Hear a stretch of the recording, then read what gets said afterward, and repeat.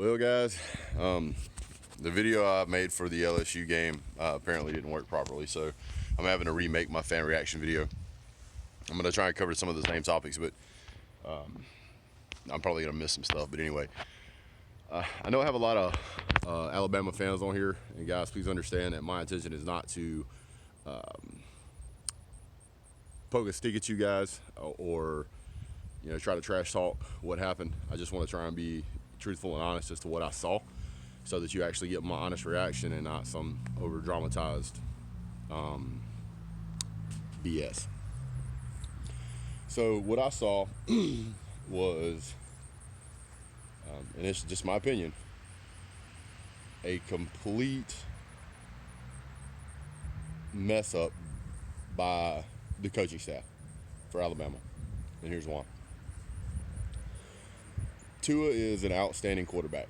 If you doubt that, I don't care what team you play for. If you doubt that, there's something wrong with you. You can't open your eyes. That kid is a talent that we probably will not see in college football for the next 10 years. He's awesome. That having been said, I didn't see any reason whatsoever to put Tua in that game and have him play the way they played him. There was no need for that. Alabama has a 4 or 5 star backup quarterback who could have come in and managed that game just fine, especially with the amount of damage that Mississippi State was doing themselves. Now, you could argue that it was the pressure from Alabama that was causing them to make those mistakes, but those were some, you guys have to admit, those were some pretty uncharacteristic mistakes that Mississippi State was making.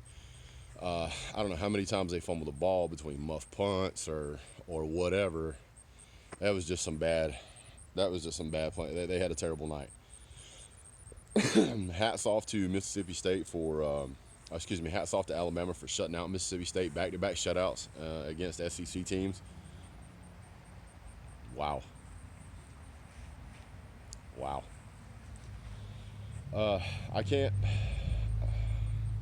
Alabama looked good, but I think that the reason they didn't hang as many points on the board was because of the way that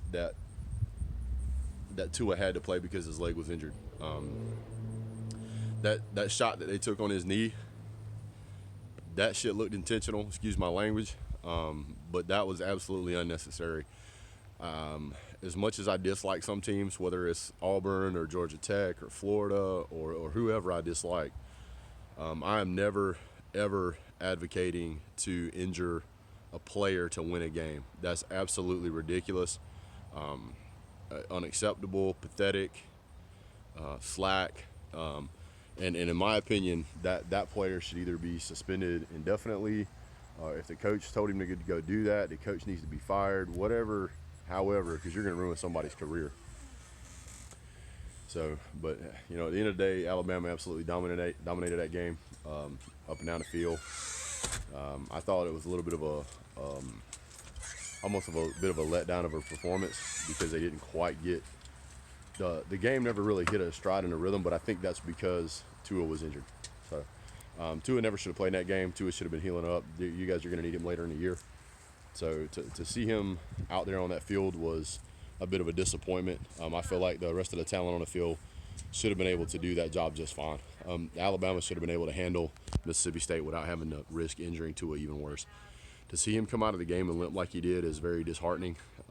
At the end of the day, he is a young man who is looking at a promising football career, and I don't want to see him injured. If one of the Georgia players was to end up playing at Florida or Tech or Alabama, I would never wish injury on any of them. And I think personally that Mississippi State should have to come out and apologize for that, because that was just unacceptable. Well, anyway, I don't know who Alabama's playing next week. It doesn't matter. Week after that, they're playing Auburn. They're absolutely going to destroy Auburn. If you guys watched my video on Georgia, we beat Auburn pretty soundly. We held them to 10 points. We did a fair job of shooting ourselves in the foot. We're still having goal line problems. So it just is what it is.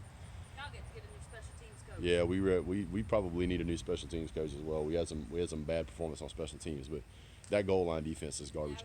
Our goal line offense is garbage. But long story short, guys, hats off to Alabama. They did a great job. I'm mainly making this video for you Alabama fans. Georgia played well. I expect that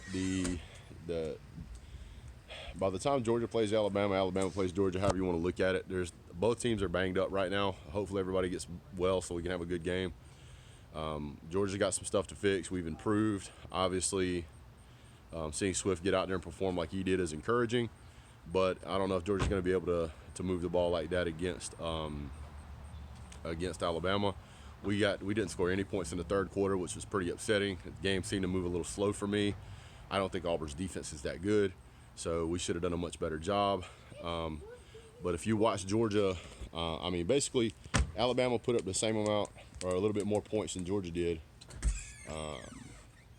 and they played an opponent that I feel was about the same as Auburn, and they managed to shut them out. Georgia couldn't do that. So again, another week where I kind of have to question whether our defense is going to be able to hold up.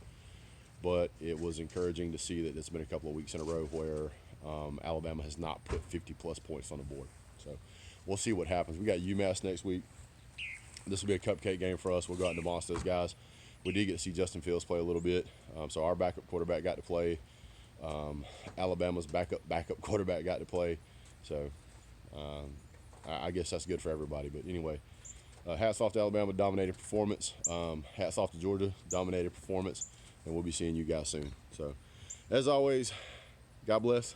Go Dogs.